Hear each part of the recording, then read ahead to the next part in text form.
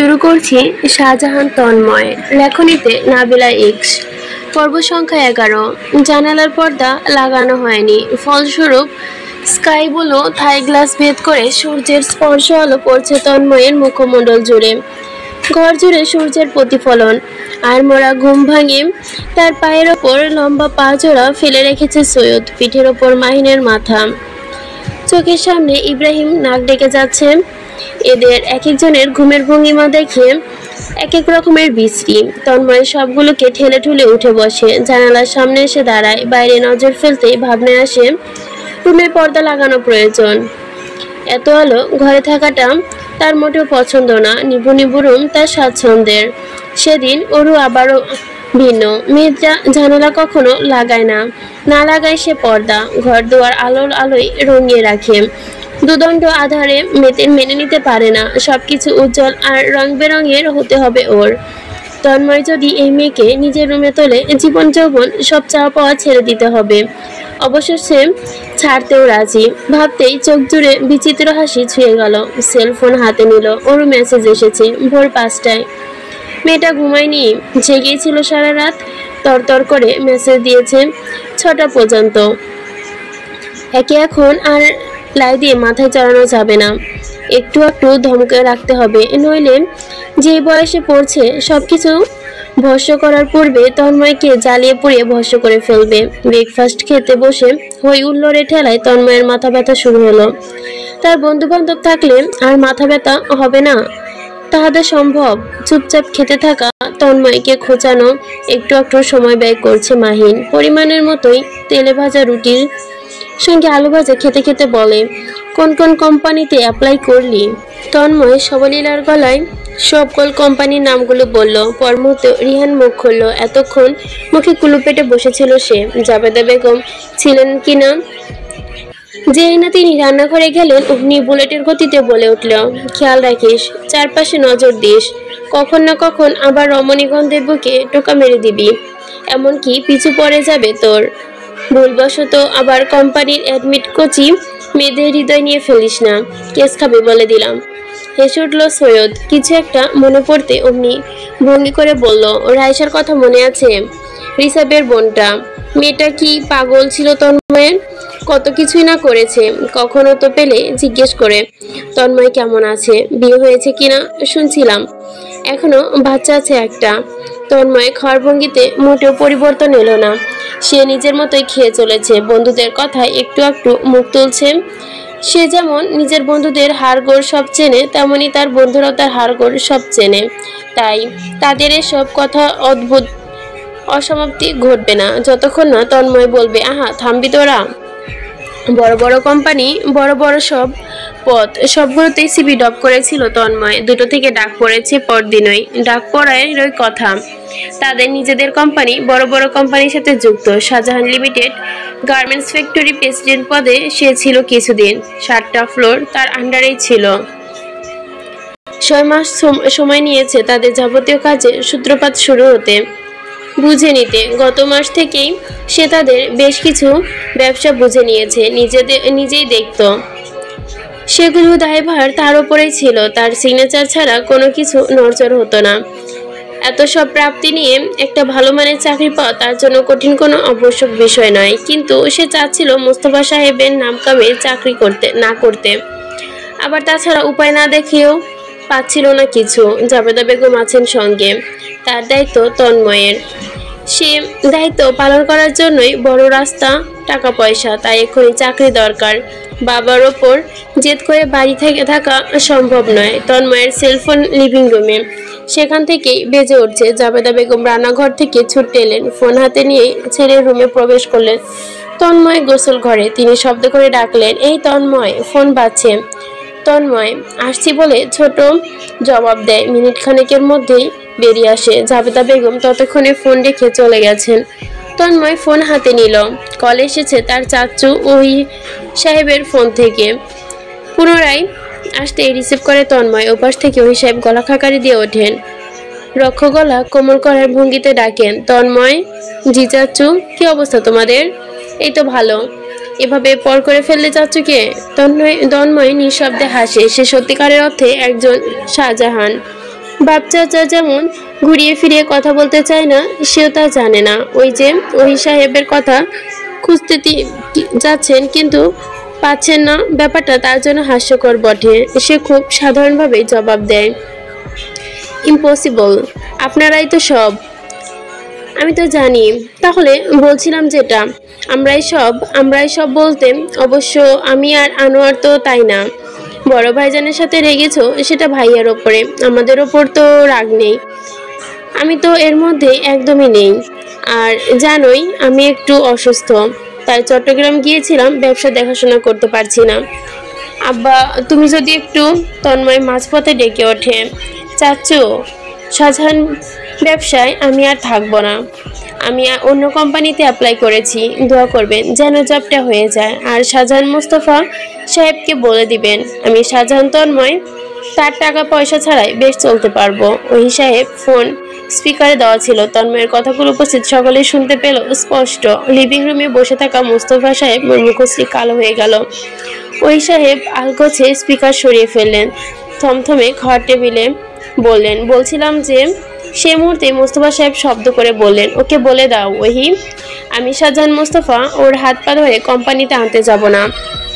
ও না আসলে না আসবে, আমি আমার সম্পত্তি গোল্লায় ফেলবো, জলে রাখবো, বিলিয়ে দিব, তাও ওর কাঁধে আনতে যাব না। যাও ওকে নিজের রাস্তায় যেতে বলো। বাবার আর দরকার কি, বড় হয়েছে, এখন যা ইচ্ছা করবে। আমি মরে যাচ্ছি না ওদের ঘরে তোলার জন্য।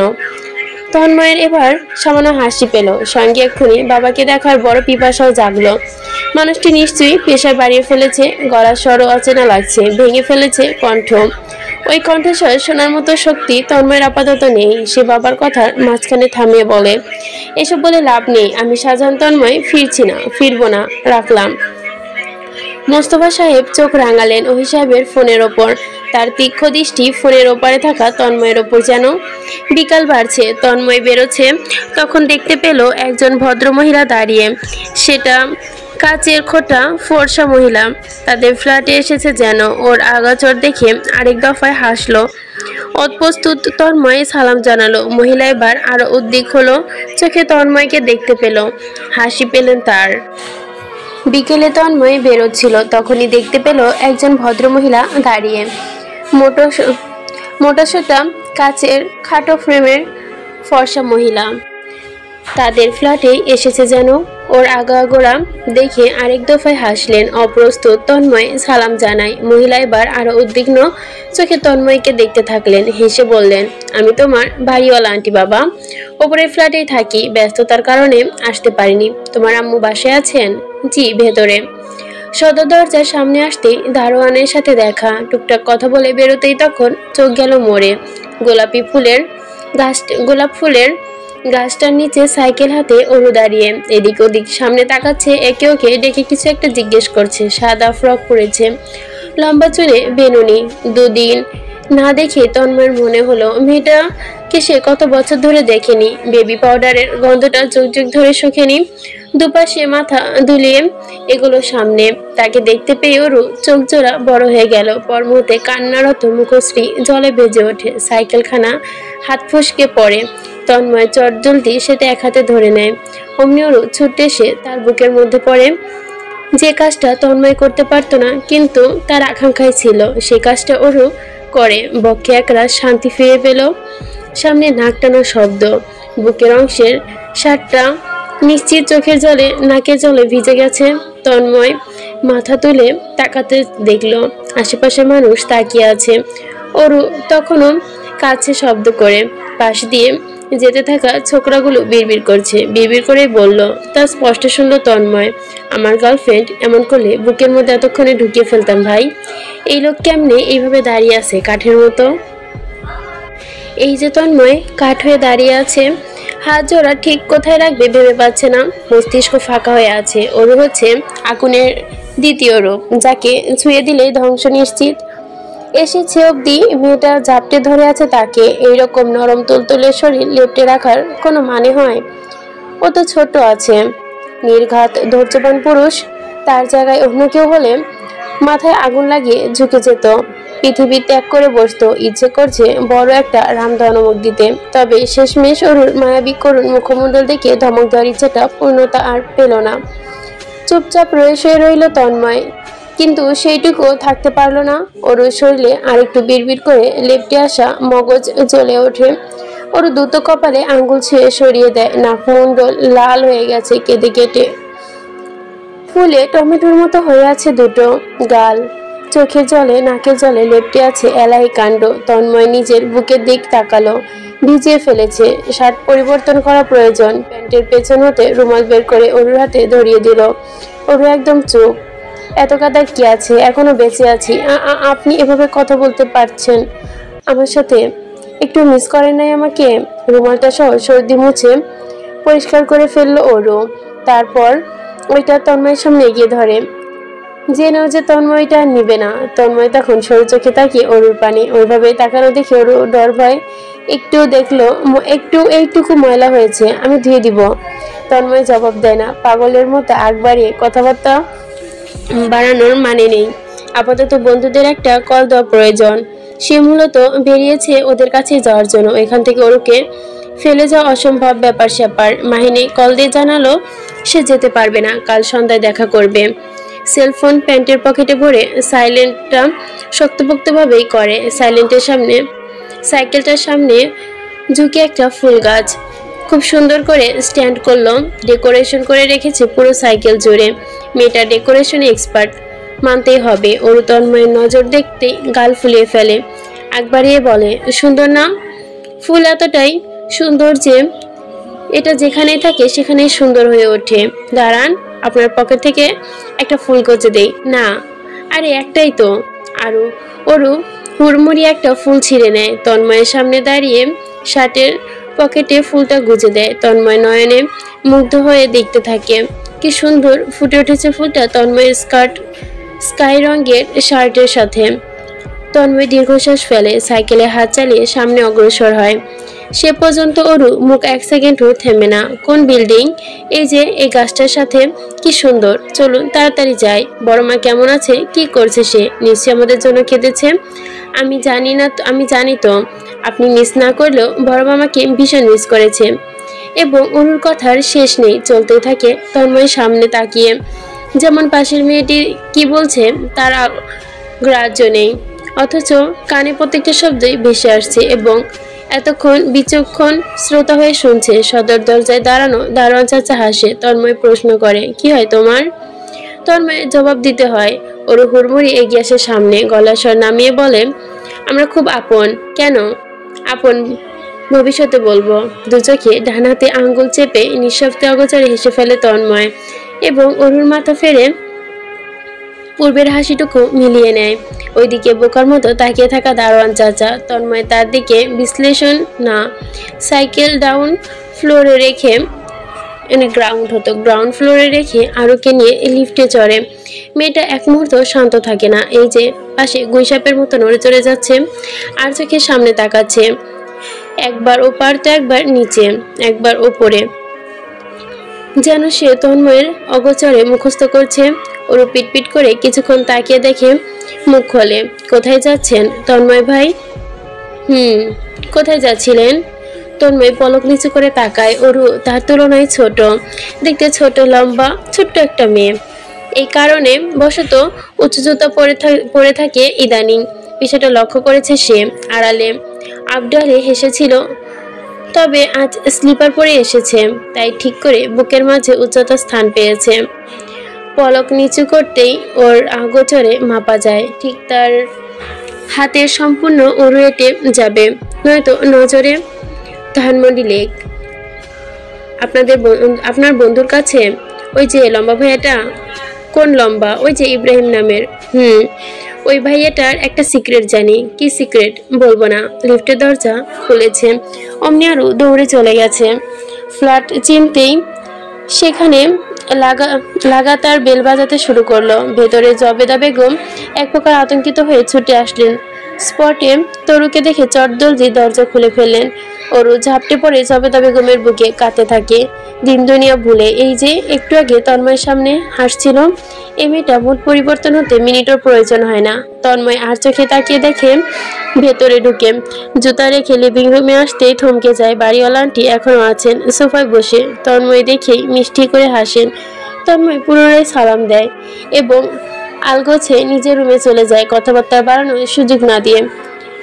রাহানুনা বেগম চায়ের কাপে চুমুক দিয়ে প্রশ্ন করেন, কি হয় আপনার? জবেদা বেগম অরুর চুলের মধ্যে আঙুল চালাতে চালাতে হেসে বলে, আমার আরেক মেয়ে। রাহুনা বেগম হাতের ইশারায় অরুকে কাছে ডাকেন। অরু নিচে কুদে এগোয় পাশে বসে। অমনি রাহুনা মা বেগম জিজ্ঞেস করেন, নাম কি তোমার? আরাবি। বাহ, সুন্দর নাম। কে রেখেছে? আমার চাচ্চু। চাচ্চু বলেছে এই নাম আমার জন্য তৈরি। আবার তন্ময় ভাইয়েরও নাম তার জন্যই তৈরি হয়েছে, সেটাও বলেছেন তিনি। তন্ময় বুঝি তোমার খুব পছন্দের ভাইয়া? আরো কিছুটা খানিক লজ্জা পেল। হয়তো মেয়েটা হুড়মুড়িয়ে উঠে জবেদা বেগমের পিছনে চলে এলো। হাসলো রাহুনা মা বেগম, জবেদা বেগম দুজনেই। তন্ময় তখন দুয়ারের কাছে দাঁড়িয়ে বোতলটা নিয়ে এসেছে। এমন কাণ্ড দেখে স্মিত হাসি হেসে গেল তার ভেতরে। নিজের রুমে ঢুকে পুনরায় চেয়ারে বসে সে কম বেশ সবকিছু শুনছে। জাবেদা বেগম অরুর গাল টিপে শুধালেন, কান্নাকাটি তো অনেক করলি, এখন বল কি খাবি? আবহাওয়া সুন্দর, খিচুড়ি করে দিবে বড় মা গরুর মাংসের সাথে। জবেদা বেগম হেসে মাথা দোলালো। মা বাড়িতে রান্নাঘরে ছোটেন। তন্ময় ঠিক জানে অরু এখন ছটফটিয়ে তার রুমে ঢুকবে, হলেও তাই এতেই মাতাব্বরি শুরু করে দিয়েছে। নিজে নিজে এটা ওটা ধরে ধরে দেখছে। তন্ময় রুমে যেভাবে ঢুকে সবসময় হাতানোহাতি করতো সেই বাড়িতে ঠিক সেইভাবেই কেউ করে না মূলত। অথচ এই মেয়েটা তার রুমে সবকিছু উল্টো পাল্টো করে দেখে। তন্ময় একটা সাধারণ ধমক ছাড়া কিছুই বলতে পারে না তাকে।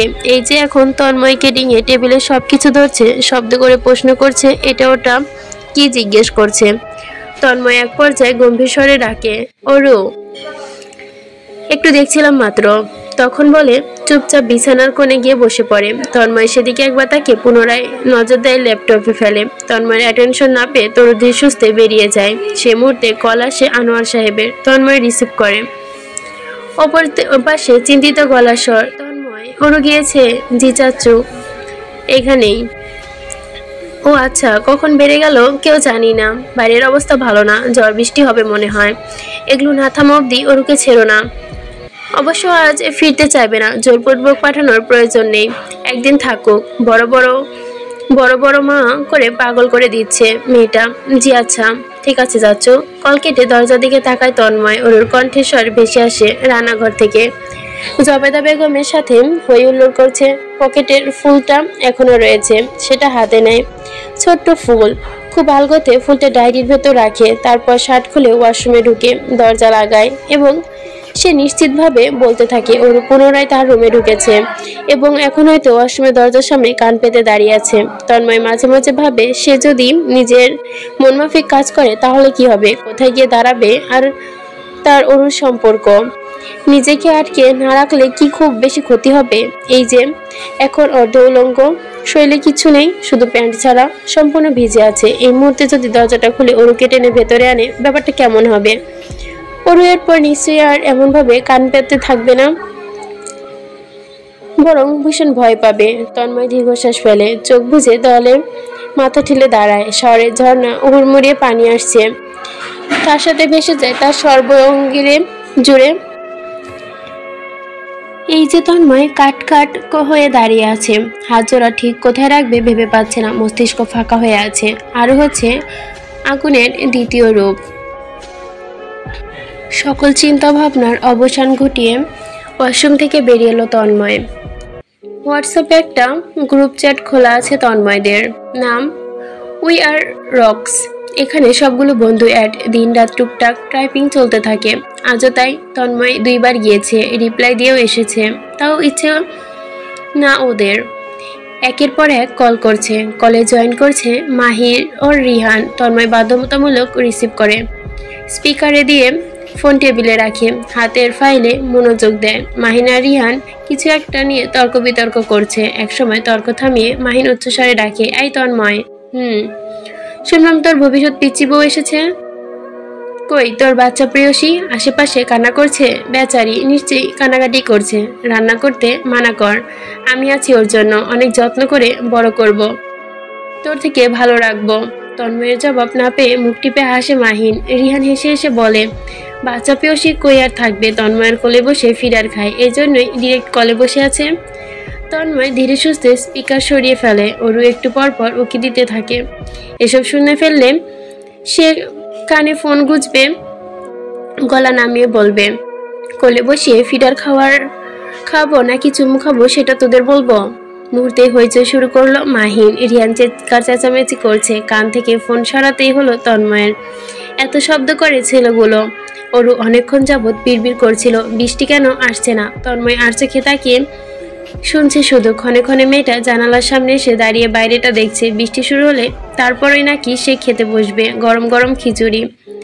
এটাই তার বাহানাখানা জাবেদা খান মেনে নিলেও তন্ময় মানেনি, ধমক দিয়েছে। সে ধমকে কাজ হয়নি, উল্টো মুখ গোমরা করে চুপসে আছে। কিছুক্ষণের মধ্যে আকস্মিক এক ঝাঁক বৃষ্টি নামলো। প্রবল বৃষ্টির শব্দ ভেসে আসলো। বাতাসের প্রলয়ের সাথে লেপ্টে আছে সেই বৃষ্টির জল, ছুটে আসছে জানালা দিয়ে। অরু সেদিকে ছুটে গিয়ে দাঁড়াতেই ফোঁটা ফোঁটা জল স্পর্শ করতে থাকে। মুখশ্রীতে এসে পড়ছে ফোঁটা ফোঁটা বৃষ্টি। বাইরে থেকে আধার গুমোটে আবহাওয়ার অন্ধকারের পরিমাণ বাড়িয়ে তুলছে। রাস্তার হলদেটে বাতির আলোয় বৃষ্টি সৌন্দর্য বাড়িয়ে তুলেছে কয়েক গুণ। তন্ময় এই বই বন্ধ করে উঠে দাঁড়িয়েছে। দৃষ্টি এদিক ওদিক দুলিয়ে সে অরুতে গিয়ে ঠেকল। অরুর ওড়নাটা দুলছে। কেন এত সিনেমাটিক্স হওয়ার কারণ কি? আবার চুলগুলোও তো হেলে দুলে চলছে, অবাধ্য চুল। তন্ময়ের ইচ্ছে করলো অবাধ্য চুলগুলোকে হাত বাড়িয়ে কানের পিছনে গুজে দিতে। সে হিপনোটিস করছে যে এই ভঙ্গিতে পা দুললে এগিয়ে আসছে। অরুর পেছনে দাঁড়ালো, কিন্তু হাত বাড়ানোর সাহস করলো না। লম্বাটে সেই দৃষ্টি নিচু করে অরু মুগ্ধ দৃষ্টিতে দেখতে পড়ছে। আচমকা পিছে ফিরে তাকালো অরু। আঙুল তুলে বাইরের দিকটা দেখিয়ে বলল, তন্ময় ভাই দেখুন দেখুন, ওই যে একটা আপু আর একটা ভাইয়া হাত ধরে হাঁটতে হাঁটতে গোসল করছে। তন্ময়ের ভুরু জোড়া কুচকে এলো। সরু চোখে অরুকে দেখে নেয়। চোখ কিছুক্ষণ ঠোঁট চেপে বলে, বৃষ্টি বিলাস। তার বৃষ্টি বিলাস করছে, বৃষ্টিকে উপভোগ করছে। বৃষ্টিতে ভিজলে বৃষ্টি বিলাস বলে? তন্ময়ের দৃষ্টি বাহিরে কপত কপতি হাঁটছে ধীরে সুস্থে। দূর থেকে তন্ময় সিনেমাটিক্স লাগছে, কোনো মুভির ক্লিপ যেন। সে সেদিকে তাকিয়ে বলে, উপভোগ করার নেশায় ভিজলে তা বৃষ্টি বিলাস। ওর পুনরায় মাথা ঘোরাতে তন্ময়কে দেয় না, মাথা ধরে আটকে রাখে। মেয়েটা পিছন ফিরতে নিলেই মুখটা তার বুকে এসে ঠেকে। এত নড়াচড়া কেন করে? শান্ত মূর্তি বনে একটু দাঁড়িয়ে থাকবে তা না। ওর সেভাবেই ছটফট করে বলতে থাকে, বৃষ্টি বিলাস? তাহলে তো আমারও বৃষ্টি বিলাস করতে ভালো লাগে। আমি তো বৃষ্টিতে ভিজি, ওদের দারুণ লাগছে। চলুন না তন্ময় ভাই, আমরাও ভিজি। তন্ময় বাকিটা শোনার জন্য সাহস করে না। ওরা মাথা ছেড়ে দেয়, গম্ভীর স্বরে বলে, খেতে আয়, এবং তৎক্ষণাৎ হুড়মুড়িয়ে বেরিয়ে যায়। দ্বিতীয়বার ফিরে একটুখানি দেখার সাহস হয় না। এই একটুখানি মেয়েটা কিছুই বুঝে না, অথচ কথাবার্তার এমন বলে যেন তন্ময়ের মস্তিষ্ক জ্বলে ওঠে, রক্ত ঠান্ডা হয়। হাত মুখ ধুয়ে তন্ময় ডাইনিয়ে আসে, চেয়ার টেনে বসে। জবেদা বেগম খাবার সার্ভ করছেন। প্লেটে গিয়ে দিতেই বলেন, রানার দরকার কিছু? ডাইনিং রানার ছাড়া ভালো দেখায়। আমি নিয়ে আসবো নাকি? সাথে যেতে চাচ্ছ? অনেক কিছু দরকার। এখানে রানার বলছে, এখানে হয়তো রান্নার হতো, যুক্তবর্ণটা দেয়নি, রানা লিখছে। বারান্দা দুটো খালি, সেখানে সাজাতে বেশ কিছু সরঞ্জাম লাগে। তুইও তো কাল ইন্টারভিউ দিতে যাবি, জব হয়ে গেলে তো ব্যস্ত। আমাকে কিভাবে নিবি? সময় আছে? কিভাবে শিওর হচ্ছ যে জব হবে? নাও তো হতে পারে। জবেদা বেগম পাশেই ছিলেন, খিচুড়ি বেড়ে দিচ্ছিলেন। তন্ময়ের মুখে প্রশ্ন শুনে চট করে ছেলের মাথার ওপর হঠাৎ চুলের মধ্য দিয়ে একটা চুমু খেয়ে বসলেন। হেসে হেসে বললেন, আমার ছেলে সবকিছুতেই পারফেক্ট। জব না হলে উপায় আছে? মা, এসব জব পারফরমেন্স দিয়ে হয় না, তুমি নিশ্চয়ই জানো। বললেই হলো, যে কোনো কিছু হাসিল করতে পারফরমেন্স হতে হয়, আর তুই তাই।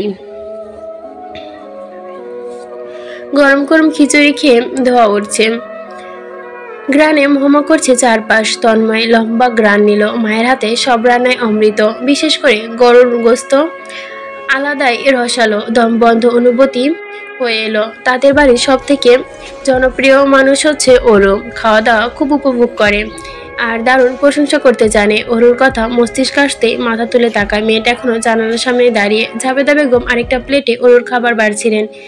এর মধ্যেই চেঁচিয়ে ডাকেন, কোনো জবাব আসে না। খাবার বেড়ে নিয়ে এগিয়ে যেতে নেন। পূর্বে অরু এক দৌড়ে আসে, হুড়মুড়িয়ে তন্ময়ের সম্মুখে চেয়ারে বসে পড়ে। পিটপিট করে বেশ কয়েকবার ইতিমধ্যে তাকিয়েছে তন্ময়ের পানে। তন্ময় দেখেও দেখল না, খেতে ব্যস্ত মনোযোগ সহকারে। অরু খেতে খেতে পা দোলায়। দুজনই ওর পা ঠিক ঠেকলো তন্ময়ের লম্বা পায়ে। দুইবার বিড়বিড় করে সরি বলেছে সে, অথচ তৃতীয়বারও একই কাণ্ড ঘটালো এবং পুনরায় বিড়বিড় করে সরি জানালো। তন্ময় এবার চোখ তুলে তাকালো। সঙ্গে সঙ্গে অরুর পা নাচানি থামে। সে চুপচাপ খেতে থাকে। টুকটাক কথাবার্তা বলেও পা জোড়া আর নড়াচড়া করছে না। সকাল 9:35 তন্ময়ের জব ইন্টারভিউ। খুব বড় লিমিটেড কোম্পানি, আর এই ইন্টারভিউ দিচ্ছেও খুব ভালো পদে, বিশেষ করে খুব দরকার এই যে, এবং সে নিচ্ছেও মনোযোগ সহ। শুধু মাঝে মধ্যে অরু চলে আসে মস্তিষ্কে। আশেপাশে আছে বলেই এইটুকুই আছে। বৃষ্টি থেমেছে গভীর রাতে, ঠান্ডা আবহাওয়া, জানালা খোলা, বাতাস আসছে। অ্যালার্ম ঘড়িটা বেজে ওঠে। 6টায় দেওয়া ছিল। তন্ময় বাহাতের ঘড়িটা বন্ধ করে বিছানায় হেডবোর্ডে পিঠ ঠেলিয়ে উঠে বসে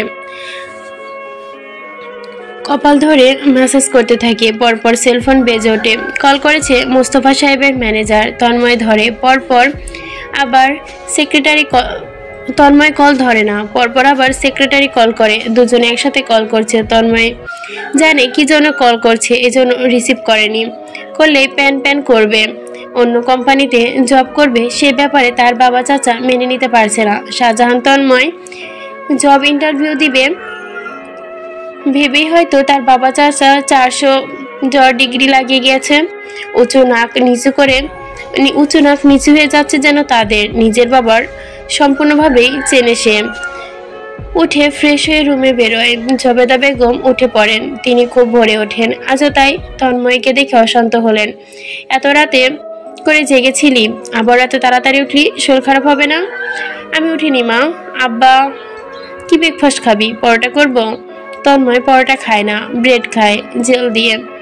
ফ্রিজে আছেও, কিন্তু পরোটা খায় না ওরও। পরোটা দিয়ে আলু ভাজি করো। তন্ময় বলে, আচ্ছা। এখানে পরোটা খায় না ওরও নয়, এখানে হয়তো ব্রেড হতো। আচ্ছা, ওরা উঠেছে? জবেদা বেগম হাসতে লাগলেন। না, ওঠেনি, তবে সকাল সকাল তুলে দিতে বলছে। উনিও নাকি উঠিও না, ঘুমাক। জবেদা বেগম রান্নাঘরে গিয়েছেন। তন্ময় ওয়ার্কআউট করছে, তারপর গোসল নেয়। সাধারণত নিজের ছাদেই ওয়ার্কআউট করতো সে, খোলামেলা হওয়ায়, আসমানের নিচে। তবে এখন বিষয়টা আলাদা, আর এখানে বারান্দাও ছোট। তাই ভাবলো ছাদে যাবে, ছাদটা দেখা হবে। এই বাড়িতে দেখা হয়নি এখন পর্যন্ত ছাদ। গতকাল রাতে তীব্র বর্ষণ হয়েছে, আবহাওয়া সুন্দর। তন্ময় দরজা খুলে অরুর গলার স্বর শুনতে পায়। উঠে গিয়েছে মহারানী। আনমনে হেসে একটু তাড়াতাড়ি বেরিয়ে যায়, তবে তাড়াতাড়ি বেরিয়ে লাভ হয় না। অরু তাকে দেখে ফেলে, চেঁচিয়ে বলে, তন্ময় ভাই দাঁড়ান দাঁড়ান, আমিও যাবো। তন্ময় পিছু পিছু ছুটে। অরুও কোনো রকম মুখ ধুয়ে এসে ঘুম ভাঙা চোখে চুলগুলো এলোমেলো কয়েকবার সিঁড়ি ভেঙে উঠতে গিয়ে পড়তে নিল। রেলিং ধরে নিজেকে ধাতস্থ করে তন্ময় পদচারণ স্লো করে। ওরকে আগে যেতে দেয়। সে পিছু পিছু ওঠে, তবুও ফিরে যেতে বলে না। আগেকার মতো হলে আর এই ঘুমন্ত মুখ সচরাচর দেখতে পাবে না। এই যে ওর চুলগুলো দুপাশে বাঁধা চেষ্টা করছে। দৃশ্যটা কতটা প্রিটি তা কি ওর জানে? কতটা আবেগময়ী দেখতে দেখায়? কখনো কি বুঝতে পারবে? তন্ময়ের হৃদয়ে হিমশীতল বাতাস বয়ে যায়।